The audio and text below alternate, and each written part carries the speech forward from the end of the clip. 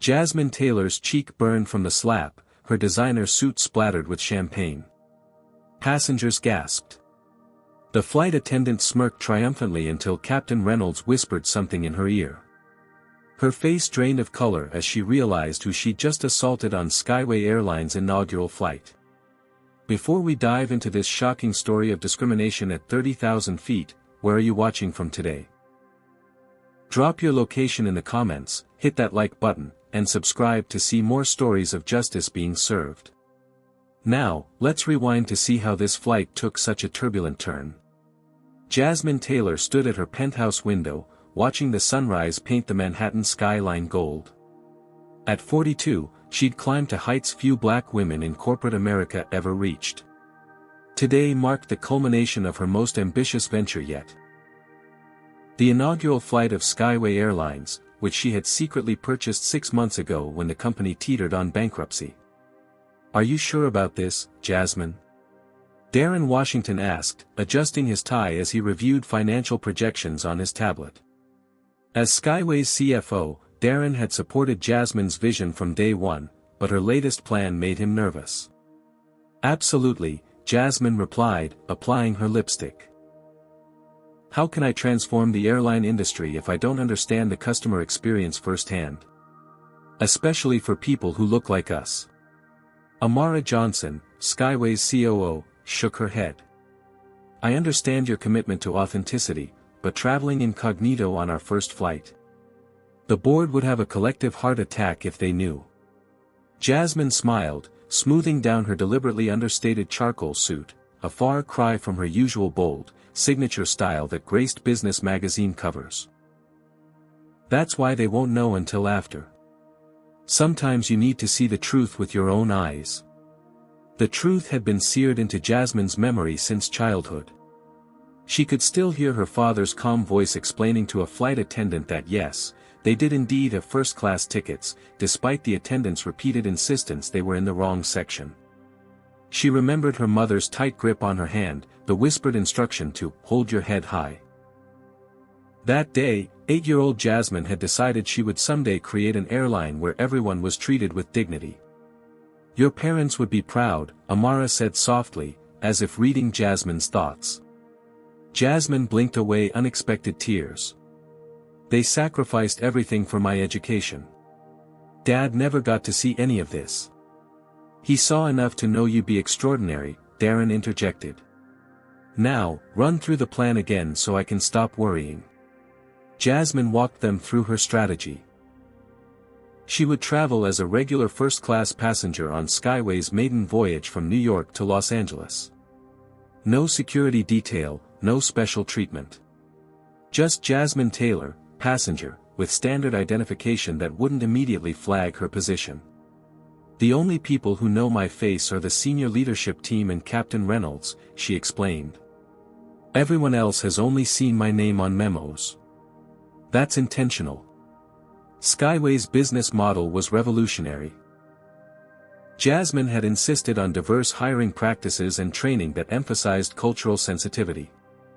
The airline industry had a long history of discrimination issues, from racial profiling of passengers to workforce inequality. Skyway would set a new standard. "The training programs we've implemented should ensure every passenger receives equal treatment," Jasmine said, gathering her simple leather handbag.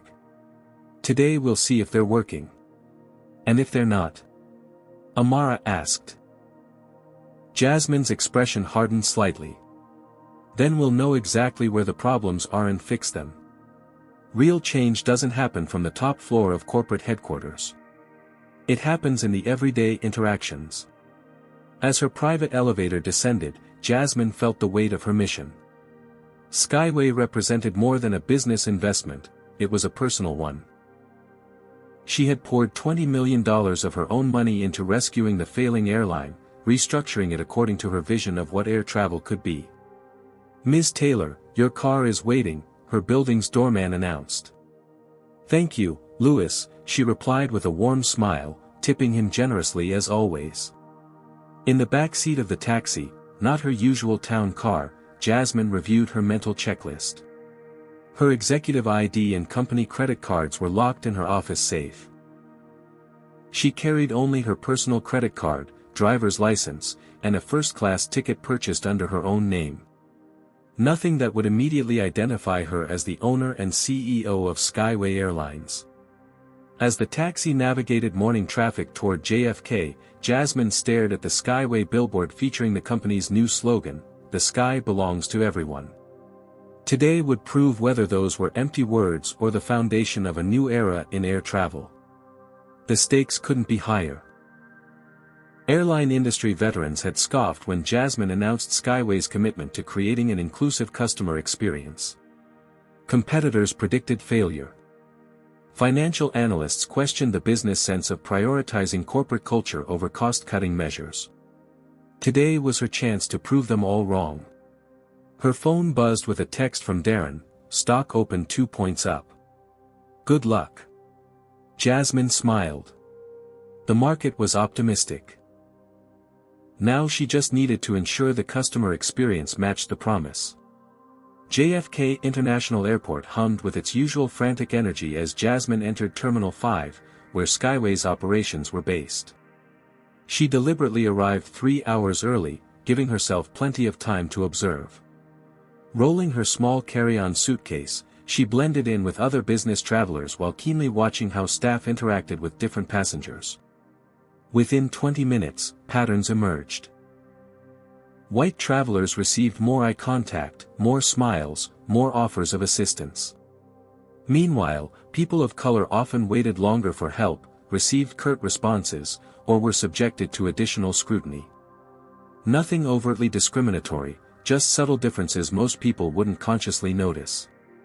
But Jasmine noticed. She had built her career on attention to detail. At the Skyway check-in counter, she joined the first-class line behind a tall white man in an expensive suit. The agent behind the counter, a young woman with a blonde ponytail, beamed at him. "Good morning, sir. Los Angeles today? Beautiful weather there, I hear. Let me upgrade you to our premium window seat with extra legroom." The man, Bradley Thompson according to his luggage tag, hadn't even presented his ticket yet. When it was Jasmine's turn, the same agent's smile dimmed noticeably. "Ticket and ID," she requested without making eye contact. Jasmine presented her documents. The agent frowned, examining Jasmine's first-class ticket with unwarranted scrutiny. "This is first class," the agent said, her tone suggesting Jasmine might have made a mistake. "Yes, I'm aware," Jasmine replied pleasantly. "It's quite expensive," the agent continued, now examining Jasmine's ID closely. "I'm quite aware of that too," Jasmine said, maintaining her composure while making a mental note of the agent's name badge. After a tense moment, the agent reluctantly processed her boarding pass. "Gate 23, she said curtly, already looking past Jasmine to the next customer. At security, Jasmine was randomly selected for additional screening while several white passengers walked through with minimal inspection. Another data point. When she finally reached Gate 23, Jasmine found a seat with a good view of the boarding area. Skyway's inaugural flight was generating excitement. A small crowd had gathered to watch the proceedings, and airline staff distributed commemorative pins to departing passengers. "First time flying Skyway?" a deep voice asked. Jasmine turned to find Captain Michael Reynolds standing beside her, resplendent in his pilot's uniform with 4 gold stripes on the sleeves. She'd met him twice during the acquisition process, once during leadership introductions and again during a simulator evaluation. He was one of the few who might recognize her, but his expression showed no sign of recognition. Perfect, she thought. Her understated appearance and lack of entourage had worked. "Yes, first time," she answered truthfully. "You're in for a treat," he said with genuine enthusiasm. "This aircraft is state-of-the-art, and we've got the best crew in the business." "I've heard great things about your customer service initiatives," Jasmine said, watching his reaction. "The new training has been intensive," he admitted. "Some of our transfers from other airlines weren't used to such emphasis on cultural awareness, but it's the right direction for the industry." Before she could probe further, Reynolds was called away for pre-flight duties. As boarding began, Jasmine watched the gate agents interact with passengers. The disparity continued: casual, friendly banter with white passengers, professional but cold efficiency with others. When first-class boarding was announced, Jasmine joined the line behind Bradley Thompson, who had chatted with her briefly at the gate about his tech company's expansion. At the boarding gate, a flight attendant with "Senior Cabin Crew" on her badge checked tickets. Her name tag read Bethany Harrison. Jasmine recognized her from personnel files, a 20-year veteran who had transferred from a competing airline during the acquisition. Bethany warmly welcomed Bradley. "Mr. Thompson, welcome aboard. We're so pleased to have you fly with us today. If there's anything you need, just ask for me personally." When Jasmine presented her boarding pass, Bethany's smile vanished. She scrutinized the ticket longer than necessary before wordlessly waving Jasmine through. As Jasmine walked down the jet bridge, she heard Bethany instruct another attendant, "Lisa, you take first-class service today. I'll handle business." Jasmine paused, frowning. According to Skyway protocols, the senior attendant always managed first class, especially on inaugural flights. Another deviation. On board, Lisa, a young black flight attendant, offered pre-flight beverages with nervous efficiency. First day, she whispered apologetically when she nearly spilled Jasmine's water. "You're doing great," Jasmine assured her. From her window seat, Jasmine discreetly used her phone to document her observations. If pressed, she could say she was making notes for a travel blog. In reality, she was compiling evidence of subtle but persistent patterns. Bradley Thompson settled into the seat across the aisle. "Exciting to be on the first flight, isn't it?" he asked. "Very," Jasmine agreed. "I'm curious to see if the experience matches the marketing." As the cabin filled, Jasmine noted which passengers received extra attention, which bags were assisted with, which comfort requests were fulfilled promptly. The patterns held consistent. When Captain Reynolds delivered his welcome announcement, he sounded genuinely excited. "Ladies and gentlemen, welcome aboard Skyway Airline's inaugural flight from New York to Los Angeles. Our company believes the sky belongs to everyone, and we're honored you've chosen to fly with us today." As the plane taxied toward the runway, Jasmine felt both pride and concern. She had built this, transformed a failing airline into what could be an industry leader. But the disparities she'd already observed suggested the road to true equality would be longer and more complicated than even she had anticipated. The massive engines roared to life, pressing Jasmine back into her seat as the aircraft accelerated down the runway. As they lifted into the clear blue sky, she wondered what other revelations awaited her in the next 6 hours of flight. 2 hours into the flight, Skyway's inaugural journey cruised smoothly at 37,000 feet over the Midwest. The cabin crew had completed the first meal service, and most passengers were either watching movies or working on laptops. From her first-class window seat, Jasmine Taylor had been meticulously documenting disparities in service that most passengers would never notice, but were glaringly obvious to her trained eye. She pressed the call button above her seat for the third time in 45 minutes. Once again, it illuminated but brought no response. Across the aisle, Bradley Thompson had pressed his button 10 minutes after her first attempt. Lisa had appeared within seconds, addressing him by name and fulfilling his request for another scotch with a warm smile. Jasmine checked her watch and made another note on her phone. 8 minutes and counting since her latest call button press. 15 minutes since her first. When Lisa finally approached, she looked flustered. "I'm so sorry for the delay, ma'am. How can I help you?" "I'd like to see the first-class menu again, please," Jasmine requested politely. "Of course," Lisa replied, retrieving a menu from the galley and handing it to Jasmine. "Can I get you anything else?" Jasmine studied the elegant menu with Skyway's new logo embossed on the cover. The menu lists a grilled salmon option with wild rice, but I was only offered chicken or pasta earlier. Lisa's expression shifted to one of genuine confusion. That's strange. We definitely loaded the salmon. Let me check with Bethany. As Lisa disappeared toward the galley, Jasmine heard raised voices. She couldn't make out the words, but the tone was clear. Bethany was reprimanding the younger flight attendant. When Lisa returned, her professional smile seemed strained. I apologize, but it seems we're out of the salmon option. That's surprising for a first-class cabin on an inaugural flight, Jasmine observed mildly. Especially since we're only 2 hours into a 6-hour journey. Lisa hesitated, clearly uncomfortable. I really am sorry about that. It's not your fault, Jasmine assured her. Thank you for checking. As Lisa moved away, the passenger to Jasmine's right leaned over. I couldn't help overhearing. I'm having a similar experience. Jasmine turned to find a man about her age with warm brown eyes and a thoughtful expression.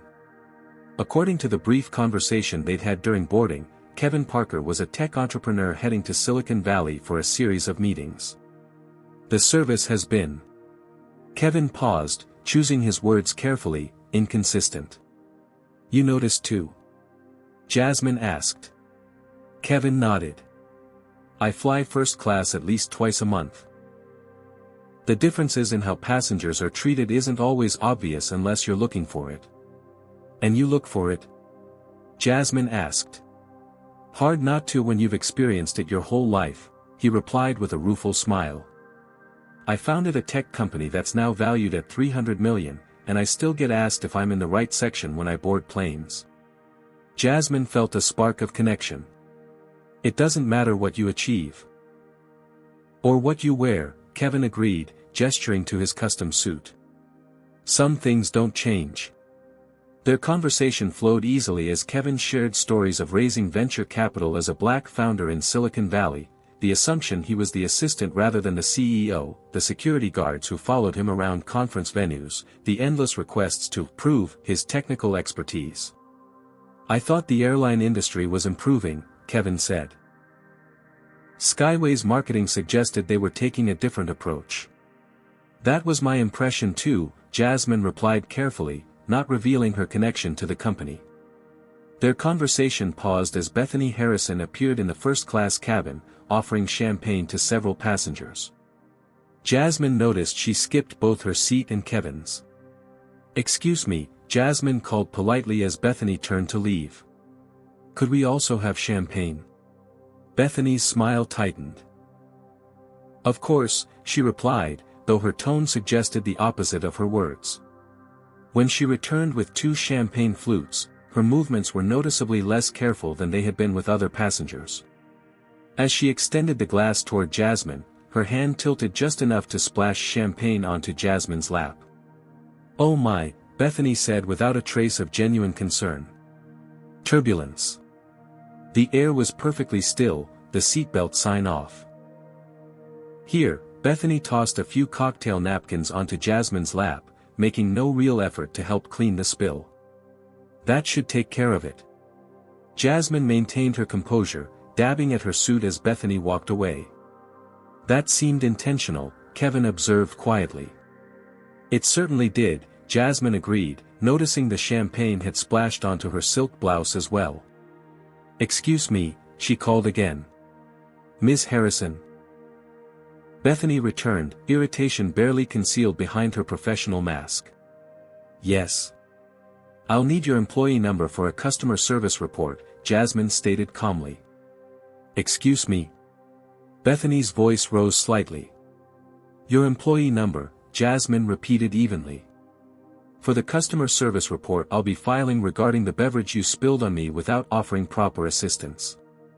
Bethany's professional veneer began to crack. I offered you napkins.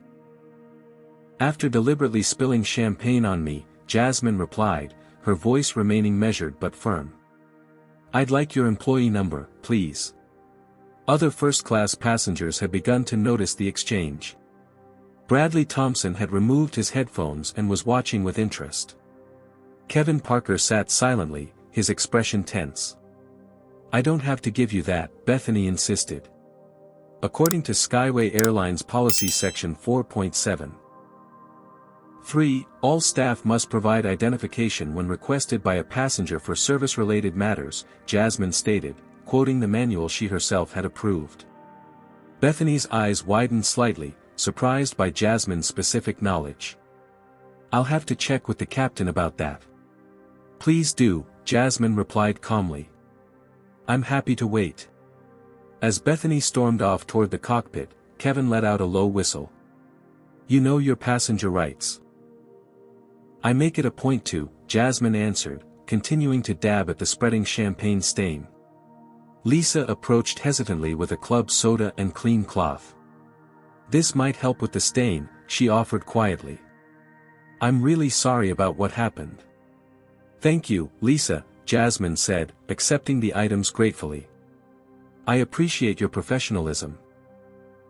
As Jasmine worked on the stain, she could see Bethany having an animated conversation with another crew member near the galley, occasionally glancing in her direction.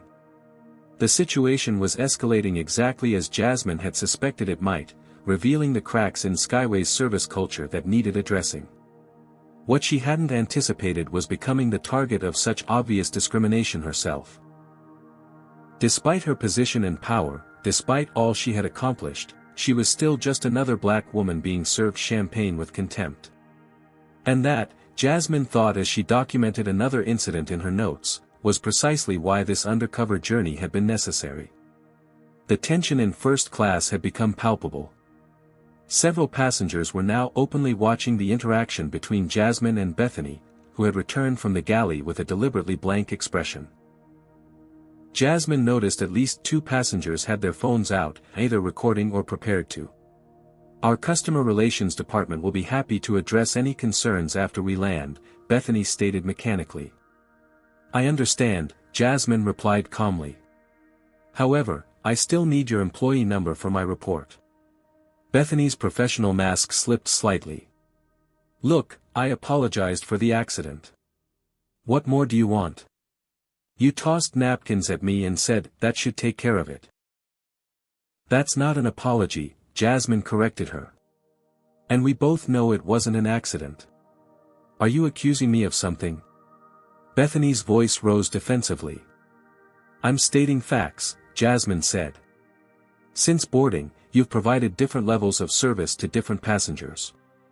I've documented at least 7 instances of discriminatory treatment." Bethany's face flushed. "Oh, here we go. Playing the race card when you don't get special treatment." A collective intake of breath sounded through the first-class cabin. Kevin Parker shook his head in disbelief. Bradley Thompson looked uncomfortable but remained silent. "This isn't about special treatment," Jasmine replied, her voice steady despite her rising anger. "It's about equal treatment. The same service you've provided to other passengers in this cabin." "I've treated everyone exactly the same," Bethany insisted. "Would you like me to enumerate the differences?" Jasmine asked, holding up her phone. "I've been documenting them since check-in." Something in Jasmine's confident tone seemed to unnerve Bethany. She glanced at the other passengers, several of whom were now openly watching the confrontation unfold. "Some people are just looking for problems where there aren't any," Bethany said loudly, clearly playing to the audience of mostly white passengers. "Some people don't know their place and expect to be treated like royalty." "My place?" Jasmine repeated, her eyebrow raised. "And what place would that be, exactly?" The subtext hung in the air, impossible to ignore. "I meant some passengers don't understand how air travel works," Bethany backtracked poorly. "I understand perfectly how it works," Jasmine replied. "I also understand company policy, federal aviation regulations regarding passenger treatment, and discrimination law. Now, your employee number, please." Bethany's face contorted with frustration. "Who do you think you are? A paying first-class passenger requesting standard information after receiving substandard, discriminatory service," Jasmine answered simply. Jasmine could see Bethany was losing control, her hands trembled slightly, and her face had flushed an angry red. This was exactly the kind of stress testing the system needed, though Jasmine hadn't expected to be the test subject herself. Needing a moment to collect herself, Jasmine stood. "Excuse me, I need to use the restroom." As she attempted to step into the aisle, Bethany deliberately moved to block her path. "The seatbelt sign might come on at any moment. You should stay seated." The sign was clearly off, and had been for over an hour. "Please step aside," Jasmine requested politely but firmly. "I don't think I will," Bethany replied, her voice low and challenging. "Not until you change your tone and show proper respect." The confrontation had crossed a line. Several passengers were now openly recording with their phones. Kevin Parker had half risen from his seat, concern evident on his face. "Ms. Harrison," Jasmine said quietly. "You are blocking a passenger's freedom of movement, which violates federal regulations. Please step aside." "Or what?" Bethany hissed, leaning closer. "You'll call the manager." "If necessary," Jasmine replied calmly. Something in Jasmine's unflappable demeanor seemed to push Bethany over the edge. Later, when reviewing the footage, experts would debate whether it was premeditated or an impulsive action, but in that moment, Bethany Harrison drew back her hand and slapped Jasmine Taylor across the face. The sound cracked through the cabin like a gunshot. Jasmine's head snapped to the side, more from surprise than force. The remaining champagne in Bethany's other hand splashed across Jasmine's suit. Passengers gasped. Time seemed to stand still as everyone processed what had just happened. Then Bethany spoke, her voice shaking. "She tried to push past me. I felt threatened." It was a desperate justification that the multiple videos being recorded would immediately disprove. Before Jasmine could respond, the cockpit door opened. Captain Reynolds emerged, alerted by another flight attendant who had witnessed the altercation. "What's going on here?" he demanded, his authoritative voice cutting through the stunned silence. "This passenger has been disruptive and threatening," Bethany began. "When she tried to force her way past me, I had to defend myself." Reynolds looked at Jasmine, whose cheek was reddening from the slap, then at the passengers with phones recording, and finally at Kevin Parker, who had stood completely. "That's not what happened," Kevin stated firmly. "This flight attendant has been discriminating against Ms. Taylor since boarding, then assaulted her when called out on it. She's been documenting everything," Bradley Thompson added unexpectedly, finding his voice. The flight attendant was clearly out of line. Captain Reynolds turned to Lisa, who stood trembling near the galley. "Lisa? What did you see?" "Bethany hit her, sir," Lisa whispered. "Ms. Taylor didn't do anything wrong." "Do you believe Bethany was justified in her actions?" Comment number 1 if you think there's ever a reason for a flight attendant to hit a passenger. Like this video if you've experienced or witnessed discrimination while traveling. And hit subscribe to see what happens next in this shocking true story of racism at 30,000 feet. What do you think Captain Reynolds should do in this situation? And how do you think Jasmine should respond to being physically assaulted? The most surprising turn in this story is still to come. Captain Michael Reynolds assessed the situation with the quick decisiveness that had made him one of Skyway's most valued pilots. First-class passengers were on their feet, several recording with phones. Bethany Harrison stood rigid with defiance despite her obvious panic. And Jasmine Taylor, whom Reynolds now recognized despite her understated appearance, remained remarkably composed for someone who had just been slapped and doused with champagne. Ms.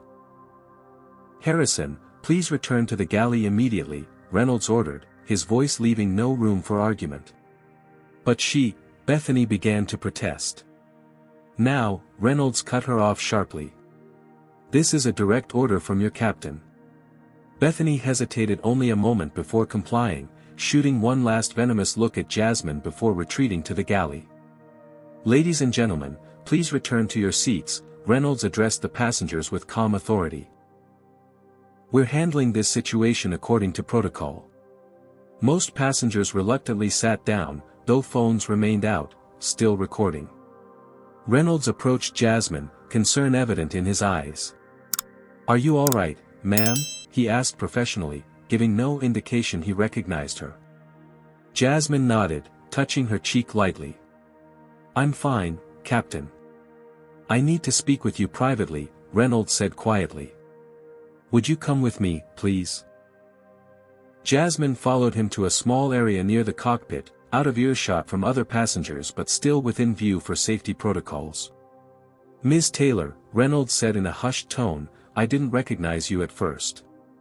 I'm deeply sorry for what just happened. Please continue treating me as you would any passenger, Captain," Jasmine replied softly. "That's precisely why I'm here today." Reynolds looked troubled. "This incident requires immediate action. As captain, I need to follow air rage protocols. Usually, this would mean restraining the offender and arranging for law enforcement to meet us upon landing." "Then that's exactly what should happen," Jasmine stated firmly. "But Ms. Taylor, you're the CEO," Reynolds said, clearly conflicted. "Today I'm a passenger who was assaulted by a crew member," Jasmine corrected him. "Follow standard procedures, Captain. Document everything. No special treatment." Reynolds hesitated, then nodded. "As you wish. I'll need to notify the co-pilot and implement our security protocols." "Please do," Jasmine agreed. "And Captain? Ms. Harrison doesn't know who I am, does she?" "I don't believe so," Reynolds replied. "Most of the transferred crew haven't met you in person." "Let's keep it that way for now," Jasmine decided. "I want to see how this plays out with me as just another passenger." Reynolds looked uncomfortable but nodded again. "I'll have Lisa bring you a first aid kit and some clean towels." "Thank you," Jasmine said. "And I'd like to return to my seat. The other passengers need to see that I'm all right." As Jasmine settled back into her seat, she noticed Kevin Parker watching her with concern. "Are you okay?" he asked quietly. "I've experienced worse," Jasmine replied with a sad smile that spoke volumes about the reality of being a black woman in America. "That was completely unacceptable," Kevin said firmly. "I've got the whole thing recorded if you need it for any legal action." "Thank you," Jasmine replied, genuinely grateful for his support. Meanwhile, Reynolds had returned to the cockpit to brief his co-pilot, First Officer Sarah Jenkins. Through the open door, Jasmine could hear fragments of their conversation. "Unprecedented situation, CEO on board incognito, assault by senior crew." Jenkins emerged from the cockpit, shock evident on her face as she glanced toward Jasmine before taking command of the cabin situation. She approached the galley where Bethany had been sequestered. Lisa arrived with a first aid kit, ice pack, and clean towels. "I'm so sorry this happened," she whispered as she helped Jasmine clean the champagne from her suit. "It's not your fault," Jasmine assured her. "I should have said something sooner," Lisa insisted. "I saw how she was treating you and other passengers of color. I was just afraid of losing my job. This is my first week." "You're doing the right thing now," Jasmine told her. "That's what matters." First Officer Jenkins returned from the galley, her expression professionally neutral but her eyes troubled. She approached Jasmine. "Ma'am, I've been informed of the situation. Ms. Harrison has been relieved of duties for the remainder of the flight and confined to the crew rest area. For everyone's safety, she'll remain there until we land in Los Angeles. Captain Reynolds has notified ground operations to have security personnel meet the aircraft." "Thank you," Jasmine replied. "I appreciate your professionalism." Jenkins lowered her voice. "Ms. Taylor, the captain informed me of your position. Should we make an announcement to the passengers?" "Absolutely not," Jasmine said firmly. "Continue treating this as you would any passenger assault incident." Jenkins nodded and returned to the cockpit. From her seat, Jasmine could see Bethany being escorted to the crew rest area at the back of the plane. The senior flight attendant's face had transformed from righteous anger to dawning horror as the magnitude of her actions began to sink in. In the galley, Jasmine overheard a flight attendant making a coded call to ground staff, "Operations, this is Skyway 1.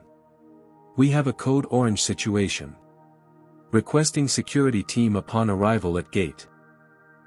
Jasmine knew that code orange signified crew member misconduct requiring immediate intervention, a protocol she herself had approved during the airline's restructuring. Her phone buzzed with a text from Darren, videos already hitting social media. "What's happening up there?" News was traveling fast. Jasmine typed a quick response, handling it. "Prepare crisis team. I'll brief you after landing." Captain Reynolds made a carefully worded announcement over the intercom. "Ladies and gentlemen, we've had a situation in the first-class cabin that has been contained. The safety and comfort of our passengers is our top priority. We apologize for any distress this may have caused. We'll be landing in Los Angeles on schedule, and we ask for your cooperation with security personnel who will board upon arrival." Jasmine closed her eyes briefly, mentally shifting from passenger back to CEO. What had begun as an undercover assessment had transformed into a full-blown crisis. The slap would soon be viral content across social media platforms. Investors would panic. The board would demand explanations. Yet beneath the concern, Jasmine felt a grim satisfaction. She had set out to test Skyway's culture and systems, and they had indeed been tested. The failures were now exposed, impossible to ignore or minimize. This would accelerate the changes she had been pushing for since acquiring the airline. "Are you sure you're okay?" Kevin asked again, noting her silence. Jasmine opened her eyes and smiled slightly. "Actually, I'm thinking more clearly than I have in months." As the plane began its initial descent into Los Angeles, Jasmine Taylor prepared for battle, not just for herself, but for every passenger who had ever been made to feel less worthy because of the color of their skin. As Skyway's inaugural flight began its descent toward Los Angeles International Airport, the atmosphere on board had transformed completely. The festive mood that had marked their departure from New York had evaporated, replaced by tense anticipation. Throughout the cabin, passengers whispered among themselves, occasionally glancing toward the first-class section where Jasmine sat calmly reviewing notes on her phone. What none of the passengers knew was that 35,000 feet below, a crisis was unfolding at supersonic speed. In Skyway's Los Angeles Operations Center, Darren Washington's phone had been ringing non-stop for the past 30 minutes. After receiving Jasmine's cryptic text, he had mobilized the crisis management team, but they were operating with limited information. Then the first video hit Twitter. The 12-second clip showed Bethany Harrison slapping Jasmine Taylor across the face. It was already approaching 100,000 views and climbing exponentially. "Get me Captain Reynolds on the radio now," Darren demanded, pacing the operations center. "FAA regulations restrict communications during descent," a staff member reminded him. "Then get Amara on the next flight from New York," he ordered. "And where the hell is our PR director?" Across the room, screens displayed social media dashboards where #SkywaySlap was trending nationwide. News outlets were picking up the story, with headlines growing increasingly sensational. "Flight attendant assaults black passenger on airline's first day, Skyway inaugural flight marred by racial incident, airline promises inclusion, delivers slap in the face." Darren's phone buzzed with a text from a board member, "Emergency meeting in 2 hours. Explain how this happened." Meanwhile, in Skyway's New York headquarters, Amara Johnson watched the situation unfold with growing alarm. Unlike Darren, she immediately understood the full context of what had happened. She was testing the system, Amara murmured to herself. And it failed spectacularly. Amara quickly booked herself on the next flight to Los Angeles and began drafting crisis response strategies. Jasmine would need backup when she landed. Back on the aircraft, Jasmine remained outwardly composed while strategically directing her team via text. To other passengers, she appeared to be just another traveler dealing with an upsetting incident. Only Captain Reynolds and First Officer Jenkins knew her true identity. Lisa approached with fresh ice for Jasmine's cheek. "The redness is going down," she observed quietly. "Thank you," Jasmine replied. "You've been very professional throughout this situation." Lisa hesitated, then whispered, "Some of the other attendants are saying Bethany is having a breakdown in the crew rest area. She keeps insisting she'll be vindicated when we land." Jasmine nodded thoughtfully. Denial was a common response when confronted with one's own discriminatory behavior. She made another note on her phone. Beside her, Kevin Parker ended a call and turned to Jasmine. "That was my company's legal counsel. He says you have an extremely strong case for assault and battery, not to mention the civil rights implications. You called a lawyer for me?" Jasmine asked, surprised by his initiative. "I hope that's okay," Kevin replied. "Janelle is one of the best civil rights attorneys in California. She's actually meeting us at the airport." "That's very thoughtful," Jasmine said, touched by his support even as she knew she wouldn't need outside legal representation. Captain Reynolds emerged from the cockpit again, making his way to Jasmine's seat. "We'll be landing in 20 minutes, he informed her quietly. "There's a situation developing on the ground you should be aware of." He discreetly showed her his tablet, which displayed a live news feed about the incident. The headline made Jasmine wince: "Skyway Airlines, new company, same old discrimination." "Social media is exploding," Reynolds continued in a hushed tone. "Airport police will board as soon as we reach the gate. And..." He hesitated.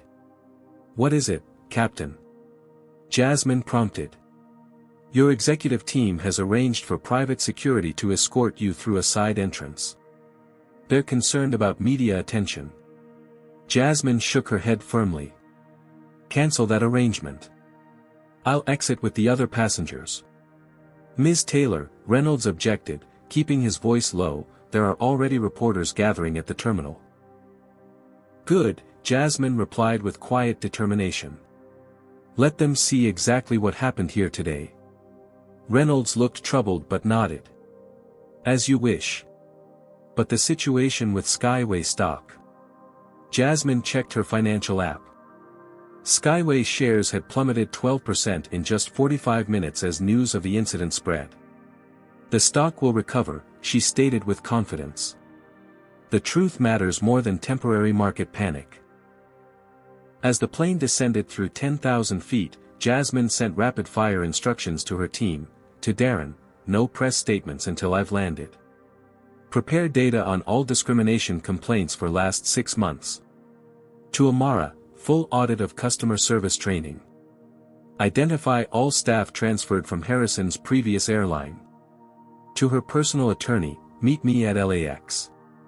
Bring paperwork for both corporate and personal legal actions." The plane's wheels touched down at LAX with a gentle bump. As they taxied toward the gate, Captain Reynolds made a final announcement: "Ladies and gentlemen, welcome to Los Angeles. As I mentioned earlier, security personnel will be boarding our aircraft before disembarkation. We ask for your patience and cooperation during this process. On behalf of all of us at Skyway Airlines, I want to personally apologize for the incident that occurred during our flight. What you witnessed does not reflect the values or standards of our company." When the aircraft finally reached the gate, Jasmine could see police officers waiting in the jet bridge. Beyond them, a crowd of reporters with cameras had gathered despite airport security's attempts to maintain order. First Officer Jenkins opened the cockpit door one last time before landing. "Ms. Taylor, are you sure about this? The media situation is intense." "I've never been more certain," Jasmine replied. "Some moments define us," First Officer Jenkins. "This is one of them." As the aircraft door opened, 2 police officers boarded, followed by airport security. They moved directly to the crew rest area where Bethany Harrison was being held. Jasmine watched as Bethany was escorted out in handcuffs, the flight attendants face a mask of confusion and fear. When Bethany passed Jasmine's seat, their eyes met. Bethany still showed no sign of recognition. To her, Jasmine remained just another passenger she had mistreated. The irony wasn't lost on Jasmine. Even in handcuffs, Bethany didn't understand the magnitude of what she had done or who she had done it to. That recognition would come soon enough. Behind the officers, Jasmine could see Darren Washington waiting anxiously at the gate, flanked by the airline's legal team. She texted him quickly, "Follow my lead. This is happening on my terms." As passengers began to disembark, Kevin touched Jasmine's arm gently. "If you need a witness for any proceedings, here's my card. What happened today was wrong on every level." "Thank you, Kevin," Jasmine said sincerely, accepting his business card.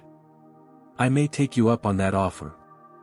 When it was finally her turn to leave the aircraft, Jasmine straightened her champagne-stained suit, held her head high, and walked toward the door, and toward the media storm that awaited her. Behind her, unnoticed by most, Bradley Thompson whispered to another passenger, "Is that really Jasmine Taylor? The Jasmine Taylor?" The other passenger checked his phone, comparing Jasmine's face to a photo on a business news site. "Oh my God," he breathed. The flight attendant slapped the CEO. The moment Jasmine Taylor stepped into the terminal at LAX, camera flashes erupted like lightning. Reporters surged forward against the restraining barriers airport security had hastily erected. Their shouted questions overlapped into an incomprehensible roar. "Ms. Taylor, did the flight attendant know who you were? Was this a publicity stunt gone wrong? Will you be pressing charges? What does this say about Skyway's commitment to diversity?" Darren Washington pushed through the crowd to reach her side, his normally composed face etched with concern. "Jasmine, we have a car waiting at a private exit," he said urgently. "We need to get you out of here." "No," Jasmine replied firmly. "That's exactly what we're not going to do." Before Darren could object, she stepped toward the press barrier, raising her hand for silence. Remarkably, the cacophony subsided as reporters readied their microphones and cameras. "I'll make a brief statement," Jasmine announced, her voice steady. "Today I traveled as a regular passenger on Skyway's inaugural flight to experience our service firsthand. What I experienced was unacceptable discrimination that culminated in a physical assault by a member of our cabin crew." She paused, letting the words sink in. "This incident, while deeply troubling, has revealed critical failures in our training and culture that must be addressed. I will not be hiding from this reality or attempting to minimize it. Instead, we will use this as a catalyst for meaningful change at Skyway and hopefully within the broader airline industry." "Will you press charges?" a reporter called out. "I will pursue all appropriate legal channels, just as any passenger should," Jasmine confirmed. "No further questions at this time." Security personnel created a path through the crowd as Darren guided Jasmine toward a waiting SUV with tinted windows. Once inside, he exploded. "What were you thinking? Going undercover without security? Without telling the board? And now embracing this PR nightmare instead of containing it?" "This isn't a nightmare, Darren," Jasmine replied calmly. "It's an opportunity." "An opportunity?" he echoed incredulously. "Our stock dropped 15% in 90 minutes. Competitors are already running ads emphasizing their own anti-discrimination policies. The board is in full panic mode." "Good," Jasmine said, surprising him. "Now they'll support the changes I've been pushing for since the acquisition." "You planned this," Darren realized, his eyes widening. "Not the slap," Jasmine clarified, touching her still-reddened cheek. "But yes, I wanted to test our systems under real conditions. I needed to see if our inclusive policies were being implemented or just paid lip service." Her phone buzzed with an incoming call from Amara. Jasmine put it on speaker. "I'm at JFK about to board," Amara reported. "The media coverage is relentless. Every network is running the video. Social media is divided, some calling for boycotts, others praising you for transparency. The hashtag #FlyingWhileBlack is trending alongside hashtag SkywaySlap. What's the employee reaction?" Jasmine asked. "Mixed," Amara admitted. Some are mortified, others defensive.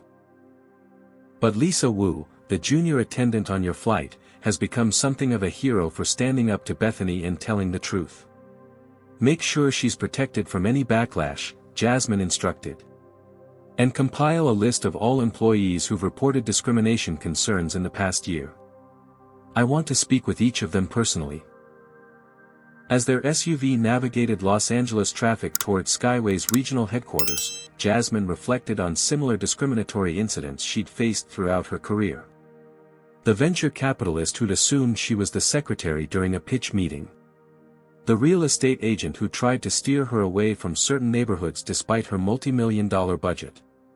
The countless times she'd been followed by security in high-end stores. Each incident had strengthened her resolve to create change where she could. Skyway represented her biggest opportunity yet. The board meeting starts in 30 minutes, Darren reminded her. They're calling for immediate action. Good, because I have plenty of actions to propose, Jasmine replied, reviewing notes on her tablet. I want comprehensive retraining for every customer-facing employee. External auditors to evaluate our service for discriminatory patterns. And a transparent reporting system for passengers who experience or witness bias.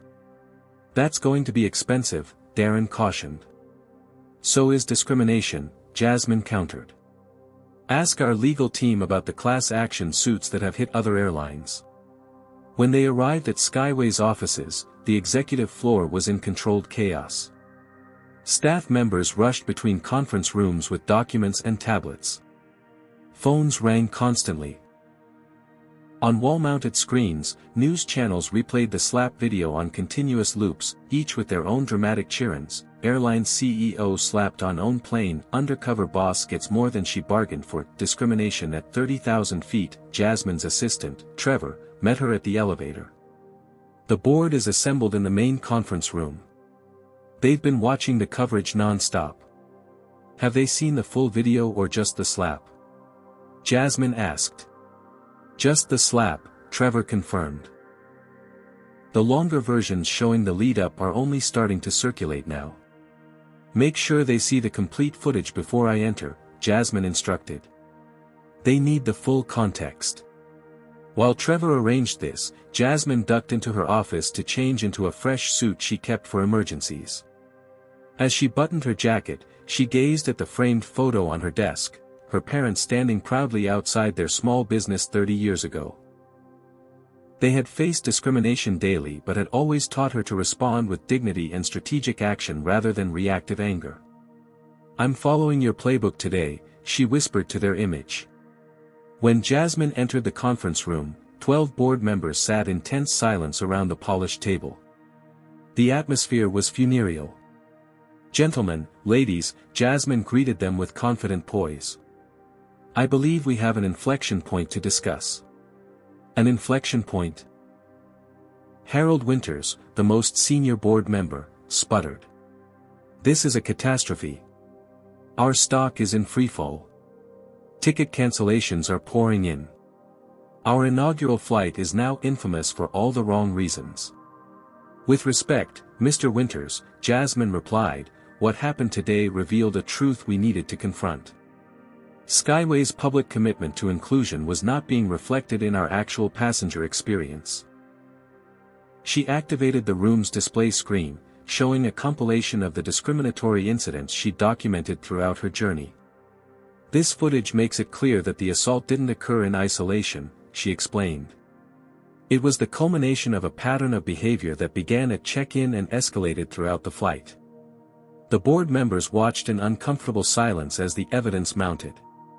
I experienced what countless passengers experience daily, Jasmine continued. The difference is, I'm in a position to do something about it. She presented her comprehensive action plan, outlining immediate steps and long-term structural changes to address the systemic issues. The slap may have been a PR crisis, she acknowledged, but our response to it can become a powerful brand statement about who we truly are. Harold Winters shook his head. The conservative approach would be to settle quietly with substantial compensation and distance the company from the incident. That's exactly what every other airline does, Jasmine agreed. And that's precisely why nothing ever changes.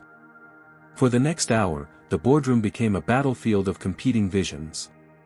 Some directors wanted damage control and minimal disruption. Others saw the opportunity for meaningful reform. Through it all, Jasmine stood firm, her conviction unwavering.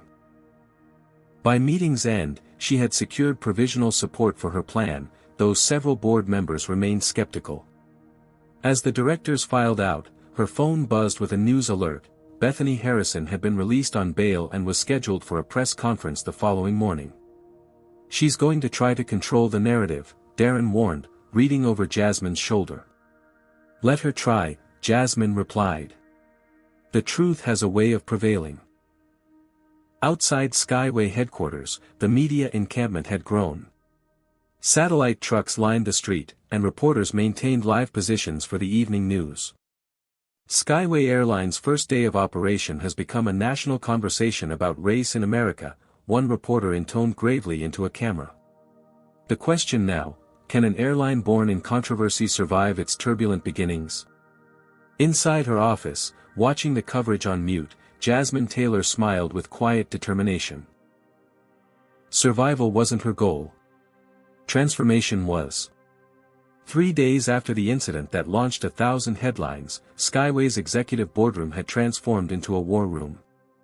Digital screens displayed real-time social media analytics, stock price movements, and news coverage. The company's leadership team had barely left the building, surviving on catered meals and power naps on office couches. For this emergency board meeting, attendance was complete. All 15 directors present either in person or via secure video link. The tension in the room was palpable as Jasmine Taylor entered, impeccably dressed and showing no signs of the stress that had consumed her team. "Before we begin," she announced, taking her place at the head of the table, "I want to acknowledge the challenging position Skyway now faces. Our stock has stabilized at 18% below its opening price. Customer cancellations have slowed but remain significant. And media interest shows no sign of abating." Harold Winters, the board's most conservative voice, jumped in immediately. "Which is precisely why we need to settle this matter quickly and quietly. Ms. Harrison has indicated through her attorney that she would accept a substantial settlement with a mutual non-disclosure agreement." Several board members nodded in agreement. "And what message would that send?" Jasmine challenged. "That discrimination is acceptable as long as it happens out of public view. That will pay to hide problems rather than solve them. It would allow us to move forward," Winters insisted. "Every day this story remains in the headlines damages our brand further." Jasmine placed a leather portfolio on the table. "Before I respond to that, I'd like to share what my team has uncovered in the past 72 hours. She distributed tablets preloaded with data compiled by Amara's research team. The information painted a disturbing picture. Complaints about discriminatory treatment had been filed against several Skyway employees, including Bethany Harrison, at their previous airlines. These complaints had never resulted in disciplinary action. "We inherited these problems during acquisition," Jasmine explained. "But that doesn't absolve us of responsibility for addressing them now." She continued presenting evidence, including passenger surveys indicating significant disparities in perceived service quality based on race and ethnicity. Most troublingly, Jasmine highlighted, "Our customer satisfaction data shows a 28% gap between white passengers and passengers of color in first class, precisely where service should be most attentive." The data was irrefutable, but Victoria Reyes, a recently appointed director, raised a practical concern. "This analysis is valuable, Jasmine, but it doesn't solve our immediate crisis." Harrison's press conference yesterday portrayed her as the victim of an aggressive passenger who played the race card when denied special treatment. Her supporters are organizing a counter-boycott of Skyway. "Let them," Jasmine replied with surprising calm. "Because today, we're releasing the complete, unedited footage from multiple passenger cameras." She nodded to Trevor, who activated the main screen. The assembled directors watched in silence as the full incident unfolded, from Bethany's initial dismissive treatment through the escalating confrontation to the shocking slap. The uncut video tells the truth, Jasmine stated simply when it concluded. And truth is our most powerful asset right now. Darren Washington presented the next segment of their strategy. We've prepared a comprehensive response plan that transforms this incident from a crisis into a catalyst for industry-wide change. The plan was bold. Rather than minimizing the incident, Skyway would acknowledge it fully and use it to launch a sweeping anti-discrimination initiative. This would include retraining all customer-facing staff, implementing anonymous testing of service quality, establishing an independent review board for bias complaints, and creating transparency metrics that would be published quarterly. We're not just addressing what happened on that flight, Jasmine emphasized. We're addressing the systemic issues that made it possible. Several board members shifted uncomfortably. James Patterson, representing the company's largest institutional investor, voiced their collective concern. This approach makes Skyway the face of discrimination in the airline industry. Our competitors will happily let us take all the negative attention while they continue business as usual. Or, Jasmine countered, we become the industry leader in addressing a problem that affects every airline. We turn a moment of shame into a point of pride. The debate intensified. Conservative voices on the board pushed for traditional crisis management, settle quietly, issue a generic statement about reaffirming values, and wait for the news cycle to move on. More progressive members supported Jasmine's approach but worried about the financial implications of such extensive reforms. 3 hours into the meeting, Harold Winters played his trump card. The board has discussed this matter privately, he announced, his tone ominous. While we appreciate your passion, Jasmine, there's concern that your personal experience has clouded your business judgment. Some members believe it might be best for you to step back temporarily while we resolve this situation. A heavy silence fell over the room. This was effectively a threat of removal if Jasmine didn't change course. Rather than responding immediately, Jasmine walked to the window overlooking the Los Angeles skyline. For a moment, she studied the planes taking off and landing at LAX in the distance. When I acquired Skyway 6 months ago, she finally said, turning back to the board, I shared my vision for an airline that would set new standards for the industry, not just in technology or comfort, but in basic human dignity. Many of you sitting here today enthusiastically endorsed that vision. She returned to the table, her gaze sweeping across each director. Now we face our first real test of that commitment. Will we retreat to the safety of the status quo? Or will we have the courage to create meaningful change? She opened another file on her tablet. Before you vote on Mr. Winter's suggestion, you should know that I've received over 4,000 messages from passengers sharing their own experiences of discrimination on airlines, not just Skyway, but across the industry. These stories represent both a liability and an opportunity. With methodical precision, Jasmine outlined the potential costs of inaction, class action lawsuits, regulatory scrutiny, continued negative press, and long-term brand damage. Then she presented financial projections showing how their reform initiative could actually strengthen Skyway's market position by attracting passengers who valued inclusive service. So yes, she concluded, you could remove me today. But whoever sits in this chair tomorrow will face the same fundamental choice. Will Skyway be remembered as just another airline that buried its problems? Or as the company that transformed an industry? The boardroom remained silent as her words hung in the air. Then Kevin Parker, the tech entrepreneur who had witnessed the incident firsthand, spoke up for the first time since joining the emergency session via video link. As both a victim of discrimination and a successful business leader, I can tell you that companies rarely get such clear opportunities for meaningful differentiation, he said.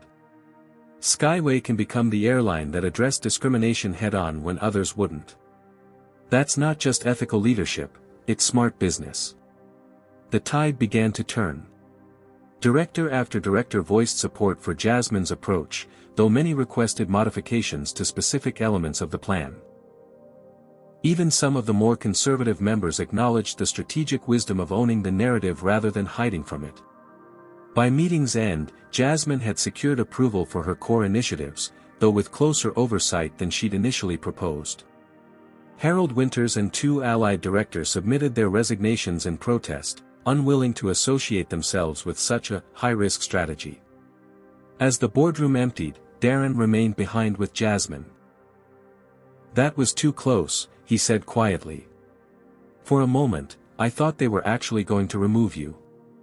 "They might have," Jasmine acknowledged, "if I hadn't been prepared. Amara's research team deserves a substantial bonus for their work these past 3 days." "Speaking of Amara," Darren said, checking his phone, "she's just landed and is heading straight here. And there's something else you should know, Bethany Harrison has requested a private meeting with you." Jasmine raised an eyebrow. Interesting timing. Did her attorney specify why? "Apparently, she saw the full video compilation we released this morning. According to her lawyer, she wants to make amends before the legal proceedings advance further." Jasmine considered this development thoughtfully. "Schedule it for tomorrow. Let's see if her desire for amends is genuine or just another strategy." As Darren left to make arrangements, Jasmine returned to the window. Transformation was never easy. Not for individuals, not for companies, not for societies. But sometimes, a single moment of painful truth could catalyze changes that might otherwise take years. The slap that was meant to put her in her place had instead created an opening for systemic reform. There was a certain poetic justice in that, Jasmine thought, watching as a Skyway plane lifted into the evening sky, its logo catching the last golden rays of sunset. 6 months after the slap that reverberated through the airline industry, Jasmine Taylor stood at the podium of the National Aviation Conference in Dallas, facing an audience of industry executives, regulators, and media representatives. The spotlights felt warm on her face as she surveyed the packed auditorium. "When I last addressed this conference a year ago," Jasmine began, "I spoke about the future of air travel. About innovations in fuel efficiency, customer comfort, and route optimization. Today, I want to talk about something more fundamental, the basic dignity every passenger deserves, regardless of their race, gender, or background." The room fell silent. Everyone present knew the story, the viral video, the media firestorm, the initial stock plunge. What they had come to hear was how Skyway had navigated from crisis to transformation. 6 months ago, I experienced discrimination and assault on my own airline's inaugural flight, Jasmine continued. That painful moment revealed systemic issues we might otherwise have overlooked or addressed too slowly. Today, I want to share what we've learned and the changes we've implemented, not to showcase Skyway's response, but to offer a potential roadmap for industry-wide improvement. On the massive screen behind her, data visualizations appeared, showing Skyway's journey since the incident. The metrics told a compelling story. Customer satisfaction scores had initially plummeted but had since rebounded to record highs across all demographic groups. After the initial 18% drop, Skyway stock had not only recovered but now traded 12% above its pre-incident price. "Our approach was counterintuitive," Jasmine acknowledged. "Rather than minimizing what happened, we amplified it. Rather than protecting those responsible, we held them accountable. Rather than treating this as a PR problem, we recognized it as a systemic failure requiring structural solutions." She outlined the initiatives Skyway had implemented: comprehensive anti-bias training for all employees, anonymous testers who regularly evaluated service quality across different passenger demographics, a transparent complaint system with published resolution data, and quarterly diversity reports that tracked everything from hiring practices to passenger treatment metrics. The most important change, however, has been cultural, Jasmine emphasized. "We've created an environment where employees feel empowered to speak up when they witness discriminatory behavior, rather than remaining silent out of fear for their jobs." She nodded toward a young woman seated in the front row. Lisa Wu, who was a junior flight attendant during the incident, now leads our flight crew training program. Her courage in telling the truth that day exemplifies the values we're building our company around. Lisa smiled shyly as the audience applauded. We've also established the Taylor Family Scholarship, Jasmine continued, which provides full tuition and mentorship for students from underrepresented backgrounds pursuing careers in aviation. The first cohort of 25 scholars begins their training next month. She paused, taking a sip of water before addressing the most personal aspect of her story. Many have asked about Bethany Harrison, the flight attendant involved in the incident. Following her public apology, Ms. Harrison participated in our restorative justice program rather than facing criminal charges. This program, developed in partnership with civil rights organizations, focuses on education, understanding, and making amends rather than mere punishment. What Jasmine didn't share were the details of their private meeting after the board showdown. Bethany had arrived defensive but left humbled after watching complete footage of her own behavior. The realization of her actions had triggered a genuine desire for change, one Jasmine had decided to nurture rather than dismiss. Transformation requires both accountability and opportunity for growth, Jasmine told the audience. Ms. Harrison now speaks to new airline employees across the country about unconscious bias and its consequences. Her perspective has proven valuable in helping others recognize and address their own biases before they manifest in harmful actions. The screen displayed Skyway's latest performance metrics: on-time arrivals, customer satisfaction, employee retention, and stock performance. All significantly improved from pre-incident levels. These results challenge the conventional wisdom that addressing discrimination comes at the expense of business performance, Jasmine noted. In fact, our experience suggests the opposite, that creating truly inclusive services generates substantial business value while fulfilling our moral obligations. She acknowledged the regulatory representatives present with a nod. We've also worked closely with the Federal Aviation Administration and Department of Transportation to develop new industry guidelines for anti-discrimination training and reporting. These standards, which take effect next quarter, will help ensure consistent passenger experiences across all airlines. From his seat in the second row, Captain Michael Reynolds watched with pride. As Skyway's new director of flight operations, he had been instrumental in implementing many of the changes Jasmine described. Beside him sat Kevin Parker, who had joined Skyway's board after the incident, bringing his tech expertise to the airline's digital transformation efforts. The journey hasn't been perfect, Jasmine admitted as she moved toward her conclusion. We've made mistakes along the way, learned from them, and adjusted our approach. The work of creating truly inclusive spaces never ends, it requires constant vigilance, humility, and willingness to change. She stepped away from the podium, moving to the center of the stage for her final thoughts. 6 months ago, I stood before my board facing calls for my removal. Today, I stand before you with an invitation: join us in transforming an industry that touches the lives of millions. Not because it's easy or comfortable, but because it's necessary and right.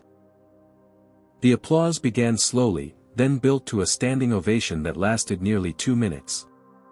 As Jasmine returned to her seat, she noticed Harold Winters, who had resigned from Skyway's board in protest of her approach, among those standing and applauding.